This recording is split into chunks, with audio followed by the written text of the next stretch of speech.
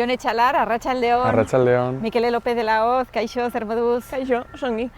Zuek gazteak zarete, bukatu duzue batxilergoaren 2. maila? Bai. Eta helduen urtean unibertsitatean, zer ikasteko, galdetu daiteke edo? Bai, nik ikasi behar dut bideojoko ingenieritza, eta egin behar dut efektos espeziales master moduko bat. Eta? Nik arkitektura, edo horrela uste dut momentuz, espero dugu. Oiek dira asmoak, ezta? Bai. Primeran. Aizue, eta nolakoa izan da pandemia garaia zuentzat? Zuek besteak beste hor selektibitatea izan du, batxilergo azken maila aurrek urtea ere nahiko berezia izan zen. Bai. Nolakoa izan da, bola dau? Nahiko zaila, baino agian ia konturatu gabe. Osea, pasa dugu, eta orain pentsatzen duzu, botatzen duzu atzera begirada, eta konturatzen zara zer pasa dugun, baina ensi egon ginen 40 aldian, gero iritsi zen uda, ez da nire gintzen nahiko arraroa, ez dut hainbeste nabaritu. Pasatzen zen bitartean, eta gero behin bukatuta edo gutxi gora berain ateratzen ari garela, konturatzen nahi zenbat gauza galdu ditugun. Gainera nik uste dut batxilergoak edo ikasketek estali dutela guztiz COVID-aren esperientzia, ze, klaro, iritsi gara 2. batxilergora, orduan ez genekien ze plan ezin ziren egin ikasteagatik eta ze plan ezin ziren egin pandemiagatik. Orduan ibile gara hor ikasten eta, klaro, genituen ratu libre horiek, ez dakit, hemendik bi asterako afaria prestatzen, ze, klaro, egin behar ziren dena plan guztia kriston aurrerakotasunarekin, eta... Bai, beraz, konfinatuta ez bat zeundeten COVID-aren gatik, ikasketen gatik. Horregatik. Beraz, zurte berezia izan da. Bai. Aizu, eta familiarekin zer moduz? Hor, batez ere, konfinamendu egun horietan, etxetik atera ezinean, eta noiztik ez zeundeten hainbeste denbora, ez? Gurasoekin, Anaia Arrebekin eta etxean. Ez dut gehiagin nabaritu pandemia, ze azkenean nire ama da medikua eta egon da etxetik kanpo lanean, eta baino bai egia da, agian, pandemiatik ateratzean izan zen, pandemiatik edo 40 alditik ateratzean, bai, nire ama eta nire aizpak, Mikele zaude egunero, etxetik kanpo, ez dakiz zer, bai, nabaritu dela agian 40 aldia izan zen askoz eramangarriagoa niretzat gutxienez, baino bai, ateratzerakoan izan dela 0tik 100era, eta gian nire familiak hor nabaritu du askoz gehiago nire utxunea, nire presentzia baino 40 aldian. Nire kasuan ere ama badut erizaina, orduan egia da 40 aldian ez dela asko etxan egon, eta igual horrek lagunduela ere etxeko harreman hori, baina egia da aita eta arrebarekin izan dela. Errespetatzen genituen nolabaiteko bakoitzaren ordutegiak esan dut goizean eta arratsaldean ikas orduetan edo bakoitzu zegoen bere logelan eta bakoitz ordenagailuarekin eta, baina elkartzen ginenan hori zen, salvame deluxe, osea, aprobetxatzen genuen goiz guztian bilduak genituen ezakit komentario eta guztiak soltatzeko eta, uste dut bukatutela nitaz kokoteraino, ze, klaro, eguerdi zen gauza sozial batengatik kejaka, edo ez dakitzagatik kejaka, beti kejaka, eta nolabait aprobetxatzeko harreman momentu hori, goiz guztian zehar bilduak nituen komentario edo horiek askatzeko, eta igual izan da pixkat gogorralde horretatik hori izatea harreman gune edo harreman momentu bakarra.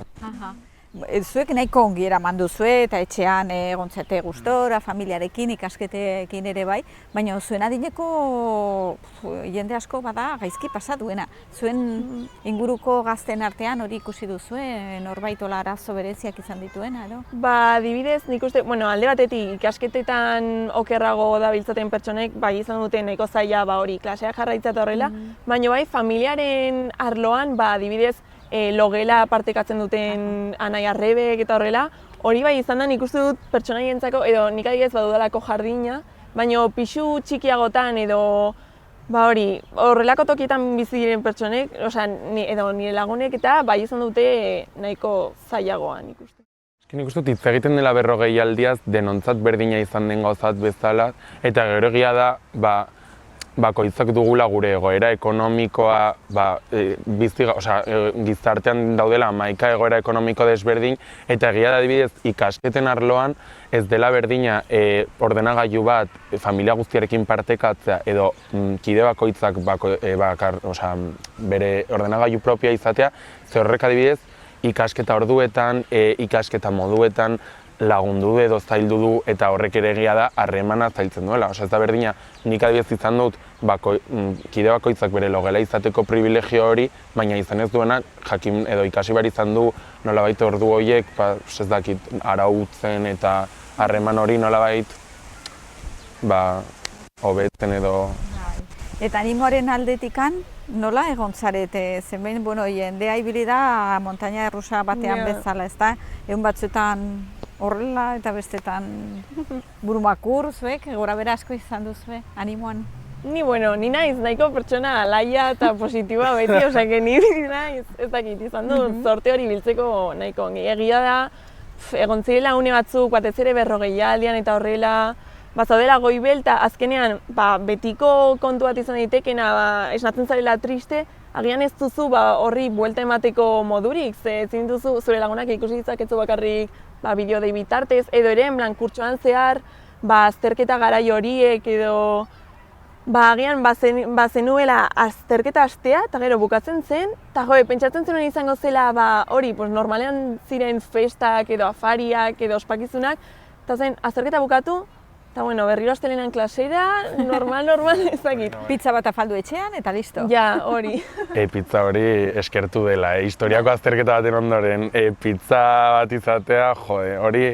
Ikasi ditugu ere nolabait, ospakizunak murrizten eta gutxiagorekin konformatzen edo, baina nire kasuan adibidez, nabaritu nuen nolabait 40 aldiaren efektu hori ateratzerakoan eta batez ere kurtso berria asterakoan, 40 aldian zehar ninegoan, ez ninago ederki ikusten ditut nire telesaiak, ikusten entzuten dut nire musika, egiten ditut lanak eta ez nintzen konturatzen hainbeste denbora bizitza pausan jartzeak zer suposatzen zuen eta azkenean lehenengo batxilergoan izan nuen oso gustora eta oso pozik egotekoaren zortea, lagun aldetik, pertsonalki eta bar, eta gero egia da bigarren batxilergoa hasi denean ikasketei batu zaiela pandemiak utzi duen egoera, eta orduan alderatze horrek, pandemiaren aurreko eta pandemiaren ondorengo egoera horiek alderatzeak niretzat, nolabait erakutsi dena da, nola okertu garen, baina ea orain pixkanaka egoera hobetzen. Eta zuek uste duzue aldatu zaretela pandemia honengatik zerbait aldatu da zuengan edo zuen inguruan edo gizartean? Aldatu bai gizendu, ni gutxinez gizendu naiz kuarentenan, orduan aldaketa hori eman da, baina pertsonalki ez dakit nire ustez. Eski ez dakit, igual oraindik pare bat urte edo behar ditut gehiago nolabait begiradatzera botatzeko eta konturatzeko hau eraman nuen 40 alditik, hau ez nuen eraman pandemiak hau erakatxit, momentuz nik ez dut nolabaiteko aldaketa hori nabaritzen, igual denbora gutxi giri pasa delako. Nik uste dut gizarte mailan 40 aldi hasieran esaten ziren guztiak, izango ginela asko zenpatikoagoak, eta ere, batean ez dakit konponduko zirela gerra guztiak, aldaketa klimatikoa eta ez dakit zer, nik uste dut hori ez dela gertatu, bai agian modu pertsonalean guztiok agian aurkitu ditugu edo agian lagun berriak edo ez dakit, afizio berriak, horrelako aldaketa txikiak nik uste dut bai gertatu direla eta adibidez agian pertsona bati gustatzen zitzaiola egunero kalera ateratzea, agian ikasi du ere, edo nire kasuan adibidez ez nintzela ia inoiz ateratzen, edo ia inoiz nire oso etxean geratzekoa, sofan, telebistan, eta hori, agian ikasi dugu pixka bat, ohikoak ez ziren gauzak apreziatzen edo aldaketa txiki horiek nik uste dut maila pertsonalean bai gertatu direla. Kolektiboki ez da ezer aldatu. Osea, nolabait, sentituzten momentu hori, kolor esperantza eta resistiren momentu hori, izan da, hori 3 hilabete iranduen gauza bat eta kontziente ginela ez dela ez da mundua hobetuko ez ze azkenean egunerokotasunak eramaten gaitu bakoitzak bere interesak defendatzera, bere gauza txikiak gordetzera eta kolektibitasun hori ez du batera iraundu ez da da. Eta hemen 3 gazte ditugu, Irene, Flako, Kiliki, Txilmafia, kaixo. Kaixo. Zuk uste duzu gizartea aldatuko dela, oroar, honen ondoren edo... Baina no tanto. Nik uste nuen aldatuko zela gehiago. Nik orain ez dut nabaritzen aldatu dela pila bat. Bai, badago situazio hau eta bai, que si mascarilla, no sé qué, eta azkenean konversazio gai hori badago, pero así tanto como para gizarte aldatzeko. A ver, egonen dira brote Osea, bai. Egonen dela jende asko burutik ez zan. Bai. Orain ari dira ateratzen zenbakiak eta estatistikak eta zenbat arazo. Bueno, ere agian kontua da horien jendeak onartzen duela, porque hasta ahora la piña Pues no, eta gainera jendeak izan du como denbora asko izateko bere burarekin eta lasaiago y no sé qué, pues al final te das cuenta. Claro, es que atera dizute de un puto ritmo de vida, en plan, 100 kilometro orduko, ¿sabes? Eta sartu dituzte zure etxean, venga, 3 hilabete, zu bakarrik zurekin jakizi, ¿sabes? O sea, nik uste dut, hasieran jendea zegoela como super kontzientziatua de vamos a cuidarnos entre todos, no sé qué, eta gero ja hori, edo nire sentsazioa da, ahaztu dela, totalmente. No, y en que verdad era bola. Sí, que la gente se la sudaba, o sea, no... Y la responsabilidad de una pandemia mundial, que es como, cariño, si no hay fronteras para el comercio, para las pandemias tampoco, ¿sabes? O sea, dena izan verde e individual en errua. Es igual de que hay un gobierno de putísima mierda, unas instituciones de puta mierda, ¿sabes? En el que decían, vamos a salir más unidos de esta, pero eso sí, si te ibas por la calle sin mascarilla y te venía un puto vecino hijo de puta, en plan, tú por la mascarilla, o a tu casa. Bai, es que... Muérete, ¿sabes? Muérete. O lo hago jendeari, si te contagio y te mato, me alegro, ¿sabes? Claro. Hemen gaude, Nafarroako Unibertsitate Publikoan, Maider Perez de Villarreal irakaslearekin. Kaixo, Maider. Kaixo, Reyes. Bueno, zu hemen ari zara, klaseak ematen, zu aditua zara zientzia esperimentaletan. Eta horretan mugitzen zara, gainera albaitaria zara, etologoa, gainera. Bai. Eta orain hori didaktika munduan murgilduta, zuzen ere zientzia esperimentaletan. Eta hemen oso ikerlan interesgarria egin duzue aurten, ikusteko, zen nolako eragina izan duen COVID-ak, ezta, ikasleen artean, gazteen artean. Talde lan bat izan da, horri irakasle batzuk eta ikasle batzuk hartu dute parte, eta konta iguzu, zer ikertu nahi zenuten lan honekin? Batez ere ikertu nahi genuena zen jarrera demokratikoa eta balio zibikoak. Ia aldatu egin ziren, edo ez, COVID-aren aurretik eta COVID-aren ostean. Eta egin genuen, prestatu genuen galdetegi bat, 4 dimensiotan oinarritzen zena, adibidez, lehendabizikoa izan daiteke, printzipio demokratikoen balorazioa. Bigarrena, parte hartzea eta nolabait erantzukizun soziala baloratzea. Hirugarrena, pertsona barruko trebetasunak eta laugarrena izango litzateke pertsonen arteko trebetasun horiek baloratzea. Eta horretarako aukeratu dituzue lehenbiziko mailako ikasleak, hau da, unibertsitateko gazteenak. Gazteenak, bai. Hainbat gradutakoak, ez da? Hori da. Gainera, lehen mailako ikasle horiek oso momentu txarra bizi izan zuten COVID-aren ostean. Ze konfinamendua harrapatu zituen justu ebau prestatu aurretik. Orduen oso aldaketa nolabait handia izango zen beraientzat. Eta nahi genuen aztertu beraiek nola bizi izan zuten aldaketa hori. Hori da. 177 inkesta egin duzu? Bai. Eta emaitzak nolakoak izan dira? 177 inkesta eta 114 itemak ere aztertu ditugu. Gainera, iten bakoitzak lehenago eta COVID-aren aurretik edo COVID-aren ostean, ez? Eta, analisi estadistiko bat egin ditugu emaitza hauekin, eta zenbait ondorio atera ditugu, batzuk igual esperoz genituenak. Lehenengoa izan daiteke, igual pixka bat azpimarratzeko, gai sozialekiko interesa piztu egin dela edo interesa handitu egin dela, eta batez ere natura inguruneko hurbila zen gaia, ez? Gero bigarrena, erakunde publikoek nolabait beraien gardentasunari buruzko interesa piztu zitzaiela eta ere kontu emateari buruzko eskakizunak edo areagotu egin zirela. Hirugarrena, nik uste dut kudeaketa emozionala handitu egin zela eta honekin batera ere pertsona barruko trebetasunak. Nolabait ikusten da handitu edo garatu egin dituztela gehiago.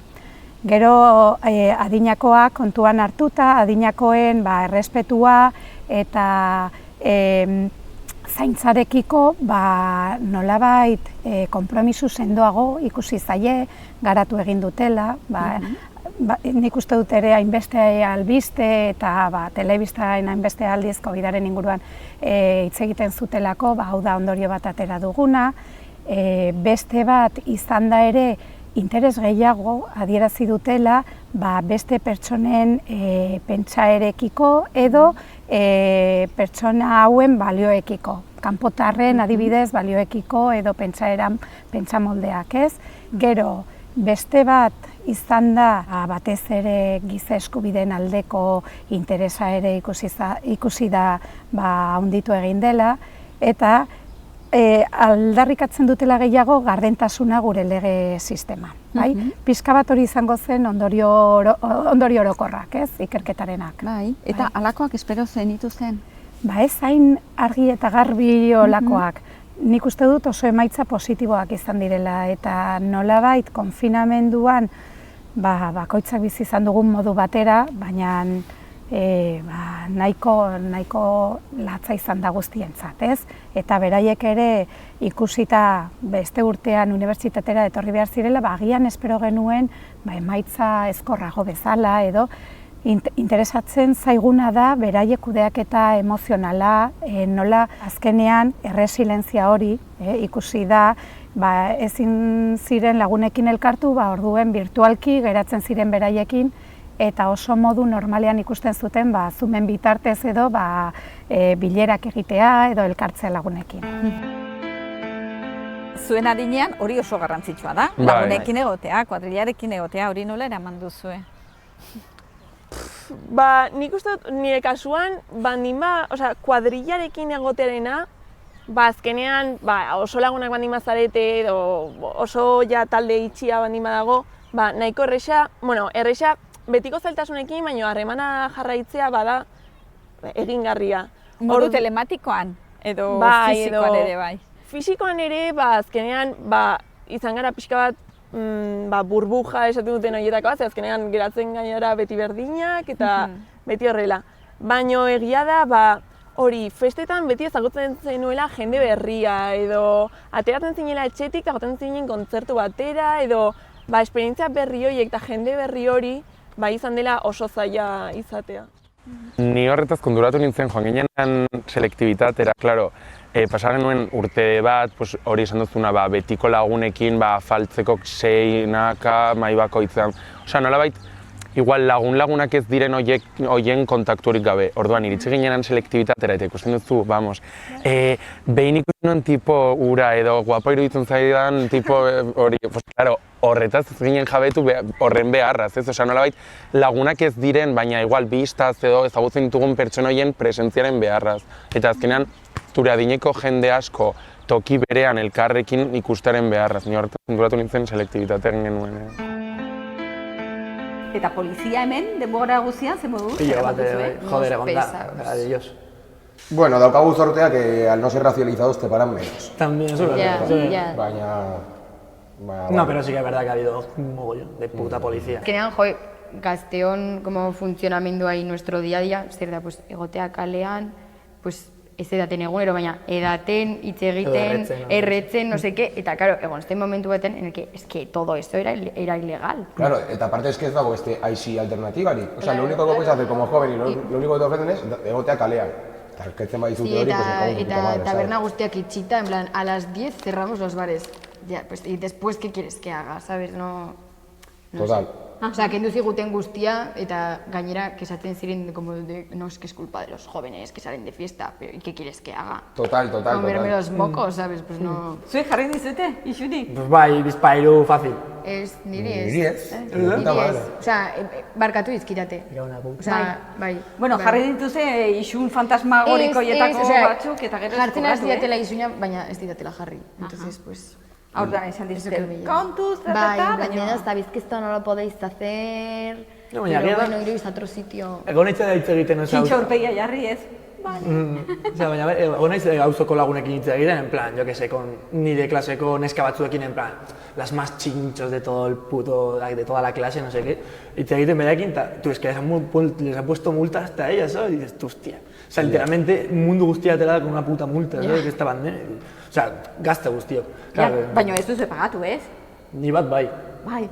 Es que esta que me la juega, o sea, 600 de primera y 300 pronto pago. Ja, eta orduan pronto pago... Sí, no me la juego. Baina ez zenuelako, ahora mismo envía una multa y digo, Ya, sí, sí. Ya, bueno, pero... Aize, eta oso guztietan dena den ez dire berdin ibili, ez? Kontrolatzen. Ez. Que va. Arratxapean, Mendillorri... Ahora tú tenías ahí lo de que estaban los chavales siempre de botellón en la vuelta del castillo del planetario. Han hecho buena beste iztilurik, baina arrotzatu Ja, en Pío 12, no sé qué, o sea, zuki ikusten dituzu Pío 12ko terraza guztiak, y eso era, vamos, una fiesta salvaje. Baina, gero, joaten zara artxibosera, eta artxibosera, bai joaten direla polizia. Bai. Bueno, Ziuraski, porque lo que están en Pío 12 son los hijos de los maderos. Claro. Es lo que tienen. Eta universitarioak, kanpotik Los etorritakoak, de Opus. Ez? Puto universitarios. Bai, fauna desberdina. Bai, Dago ez. las cayetanicas. Eta asko, bueno, hitz egin da gaztei buruz, eta nolabait kriminalizatuta sentitu zarete noizbait denboraldi honetan? Nik esango nuke ez. Osea, egia da, sare sozialetan eta horrela sartuz ikusten genituela mezuak eta, baina nik nire egunerokoan, igual ere izan da, batxillergoa edo ikasketengatik ez ditugulako, nolabait, ez dakit, legez kanpoko gauza asko egiteko denborarik izan, edo moralki gaizki ikusiak dauden gauzak egiteko denborarik ez dugu izan, baina, klaro, irakurtzen dituenan mezuak eta horrela, pentsatzen nuen, betikoa, ez? Baina gero egia da, nik uste dut, egunerokoan bakoitzak bazituela bere inkongruentziak eta horrela, orduan ondokoari plazaratzeak ematen zen beldur pixkat esan dut, gurasoak ere egon dira haien lagunekin beharra zutelako zerbait hartzen eta horrela, orduan zuk zure inkongruentzia horrela bizitzen dituzunean eta zuk zure arrazoiak ezagutzen dituzunean, ondokoaren arrazoiak ulertzea ere errazagoa da nire ustez. Eta orduan igual eguneroko horrek lagundu du bata bestea ez salatzen, ez igual, nire esperientzian gutxienez, eta gero igual ere sare sozialetan errazagoa da ezagutzen ez duzun gazte bati gaizki egin duela aipatza, baina igual zure hilo badenari apuro gehiago emango dizu edo. Baina nik uste dut orokorrean bai, agian gure inguruan dauden helduek ez dute hain, edo ez dira hain latzak izan gurekin, ze azken finean ikusten zuten zure semeak eman ditu azkeneko 4 hilabeteak etxean ikasten lehenengo, azterketak gero ez dakizen bat, eta atera da ostiral batean bere lagunekin afaltzera, hartzen duzu askoz malguago. Baina nik uste dut bai, sare sozialetan edo telebistan edo bai egon direla, gazteen aurkako, ez dakit, jarrera batzuk pixka bat agian egia da bai izan direla gazte batzuk edo gazteak agian zirela festetan gehien ateratzen zirenak eta baino ez dakit, ez dut uste denok horrela egin dugunik, ez da festetan ateratzeak eta hain egoera larria sortu duenik, ez dut uste izan garenik bakarrik gazteok ulertzen, ez dakit. Eta egia da dela, ez da normalena, esan dut gazteak dira plan horiek egiten dituzten, nik ez dut espero nire amatxi ikustea ez dakit, 16 lagunekin afari batean edo ez dakit ardoekin edaten, baina egia da dela tokatu zaiguna plan horiek egiten direla gaztea zarenean, eta egia da igual aziala nolabait ikasten duzula edo egokitzen zarela pandemiara ere egokiagoak izan diren planak egitera. Nire gurasoak adibidez ez dira elkartzen larun batero ez dakit festa batean edo kontzertu batera ez dakit zenbat gazterekin. Igual gelditzen dira bere betiko lagunekin edo zerbait hartzera eta haien planak izan dira edo zer gauzagatik pandemiarako egokiagoak eta izan dute suerte hori. Eta guk ordea ikasi behar izan dugu gure planak zirenak adaptatzen edo beste plan mota batzuk sustatzen eta... Hori, gainera uste dut ere gure artean, gazteon artean, ere egon dela oso jarrera protektiboa edo gure artean garbitu, ikastolan adibidez beti garbitu behar izan ditugula mailak, garbitu maila edo maskarilla edo ez dakiz zer, ez dugula izan arazorik, nik uste dut, en plan, gure artean laguntzen edo... A ver, Eta, es que orain jartzen dute en las noticias, en plan, no, en Cataluña los únicos casos que hay de COVID en jóvenes y la tasa de mortalidad ha bajado. Hombre, pues igual porque están todos los viejos vacunados, por ejemplo. ¿Sabes? No, digo yo, ¿sabes? Que no se muere la gente porque somos los jóvenes, ¿sabes? Porque no... Es aquí, no sé. Daukate mania bat Sí, gure. exagerado. Bueno, laster tokatuko No, es que no es ni manía, en verdad es por querer, ¿sabes? Sí, supongo. Ya, total, O sea, no es total. ni manía, no es que la Antena 3 quiere criminalizar a los jóvenes, no, sabe que si criminalizan a los jóvenes van a tener más audiencia. A ver, que si criminalizan a los Claro, viejos, eta, o sea, pero porque gainera y de ahí puede crear un puto círculo vicioso exagerado. Gazteok ez daukagu como representazio zuzen bat, como gobernuan eta estatuan eta no sé qué, entonces, pues, claro que te puedes meter con nosotros y no tenemos quien nos defienda, ¿sabes? Claro, o sea, beti ongi da kolektibo konkretu baten kontra joatea por lo de vender morbo, ¿sabes? Claro. Eta izatea un... Y si es débil, mejor, en verdad, claro. Claro, pero claro, racismo, claro, pero- claro. Claro, eske titularrak atera behar dira egunero, eta zenbat eta potologoak, urrun eta hobe, Bai, ez? tio. Eta Hori da. edozein ona da, ez? Bai, Gaina sí, sí, sartzen. vale. Aizu, eta oso kontrolatuta sentitu zarete, esaten dute, bueno, pues, ariketa esperimento mundial moduko bat ere izan dela, ez? Pandemia, ba, jendea osongi kontrolatzeko, bueno, lehenagotik ere kontrolatuta geunden, nahiko, ez? Dakit. Baina nik uste, bueno, ez dakit, nik pertsonalki, bai, batez ere toke de queda, bai, sentitut, super, ez dakit, oso ulertzen dut zergaitik izan den, eta ez nago aurka, baina bai, nire askatasunaren muga bat bezala, ze agian soilik zen, ba, ez dakit, goizeko ordu bitan, egotea, ez dakit, zure etxean eta jakitea ezin zarela atera, osea, jakitea ezin zarela, osea, ez dakit, hori bezen, edo, bazirela 11 gutxi eta joan martzinen etxera korrika batean, ba, horrelako gauzak bai, sentitu ditut, ba, agian, ulertzen genuen kontrol bat, ze agian, ba, musukoena eta horrela, bai izan da ere, oso ulergarria eta mundu guztiak bazekien egin behar zela, baino, hala ere, izan da, nahiko zaila, nik uste. Ni igual naiz aspergarria, ni gutxitan ibili naiz korrika da horretan, ez dakit, osea, nire inguruan ere entzuten nuen pues, tokedekearen keja asko dela, nik ez dut, osea, gutxitan iritsi naiz justo. Ez dakit, osea, nik uste dut ikasi dugula, nolabait, osea, denak bihurtu gara urtebetean osasunaren eksperto, legeen eksperto, osea, mundu guztiako aztekin, bai ez, igo dute hau eta, bai, bakoitz, osea, ikasi dugula, ba, ze eskubide ditugun, ze lege dauden eta horrela, nolabaitiko horren kontzientziara hartu da eta osasunaren aspektutik, ba, ez dakit, nire barreidiako azekien PCR-i eta guztiei buruz, eta duela urte terdi igual horri buruz inork ez zuen jakingo edo. Orain denok gara, Bai, orain denak gara. Urrengo pandemiarako prest gaude. Eta igual... Egonen dira, gehiago?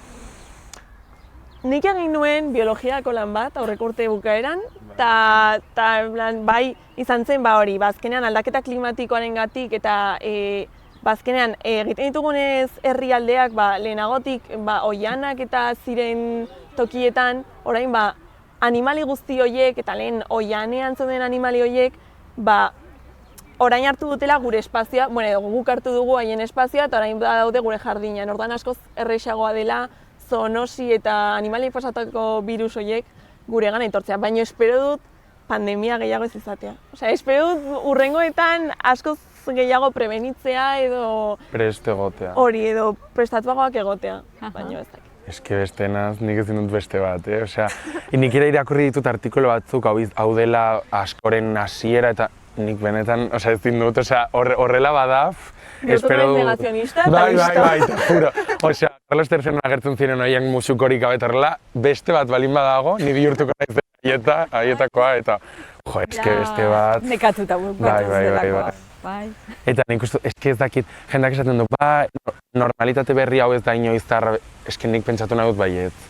Nik nahi dut ez dakit aurreko gainera guk garela gazteak, esan dut igual, bizitza arruntori bizuten entzat, ez da berdina izango, klaro, gure momentua zen orain ba, unibertsitatean eta horrela bizitzen hasteko beste pandemia batzuk balin badaude, mesez, ez dakit, zientzialariak edo horiek prestatu edo abisatu behar dituztenak mesez lanpetuta egotea hor...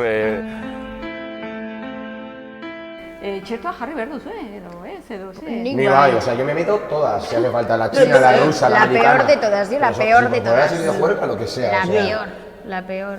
O sea, ni sin más, O sea, Yo para ver a mis abuelos. Yo prefiero que se vacune todo el mundo menos yo, ya está. Ya se me tengo que vacunar. O sea, no tengo ningún problema con la vacuna, pero no quiero estar enfermo 2 días, me da pereza. Pero si no vas a estar enfermo 2 días. Ya que sé, por si acaso. Baina ze, me da igual. txertoaren gatik diozu? Sin más, o sea, yo confío en los chertos, saco. Baina hori, igual vakunatzen badago mundu guztian eta ni ez, pues, surge el mismo efecto eta horrela me ahorro los 2 días de enfermedad que pueda Llevar Pero la pues si vacuna. son 2 días. Eta zertarako nahi duzue pandemia hau bukatzea behingoz? Pues Zeren gogoa? para salir de fiesta, hori lehenengo gauza. Bai, O sea, así. pero primordial. O sea, Bueno, a ver, baina zuek ere zarete horrela, zuek ere egiten dituzue festak. eta hombre, nortzako- claro, Bai, bai, baina otra ez rollo, da, está la sala. nik nabaritzen dut, orain, ateratzen naizela eta oso ongi pasatzen dut, baina hay bien de veces que se te corta el rollo, porque pasa cualquier cosa, o edo etortzen da polizia, edo pues, irten dituzte garituak ordu batetan, entonces, no... Bai. ¿Sabes? O sea, nik nahi dut, pues, egitea nahi dudana, ¿sabes? Y no tener a la policía detrás toda la noche y te esaten, venga, orain, joan beste toki batera, eta joaten zara beste toki batera, eta a las 2 horas vuelve a aparecer otra vez la misma patrulla en plan de, ¿qué, no tenéis casa? Entonces, un poco para que, no sé, para que nos dejen en paz de una vez. Egon nahi dut, goizeko lauretan, en cualquier discoteque de mala muerte, Eso hasta el es, culo. eso Y que es. me echen. Es que nahi dut gauza hori, Que me echen. zerikrizi, tío. Bai. Bai, bueno, eta kontzertu taberna- afutik, y no sé qué, o sea, denetarik, tío. Tabernak istearen sensazio hori, taberna zulo batetik atera eta kontxo, egun argia, Bai. freskura. Bai. Zure irakasle postutik ikusten duzunaren arabera eta ikerketa honetan atera dituzuen emaitza horien arabera, zuk zer uste duzu? Zerbait aldatuko da etorkizunean, zerbait ikasiko dugu, zertan aldatuko dira gazteak? Ba, nik uste dut balio zibikoak eta jarrera demokratiko hori, interesa hori mantenduko dela. Agian ez hain maila altuan, baina bai beste maila batean lehenago sumisoagoak ginen hartzen genuen informazioarekin. Orain, kritikotasun puntu bat gehiago dugu, nolabait pentsatzeko informazio hau iturri fidagarri batetik dator, edo ez jakiteko. Eta nik uste dut gazteek hori garatu egin dutela, gure belaunaldia baino gehiago. Eta nik oso alde positiboa ikusten dut alde horretatik. Orain, informazio gizarte honetan zaila delako desberdintzea ze informazioa den originala eta fidagarria eta zein ez.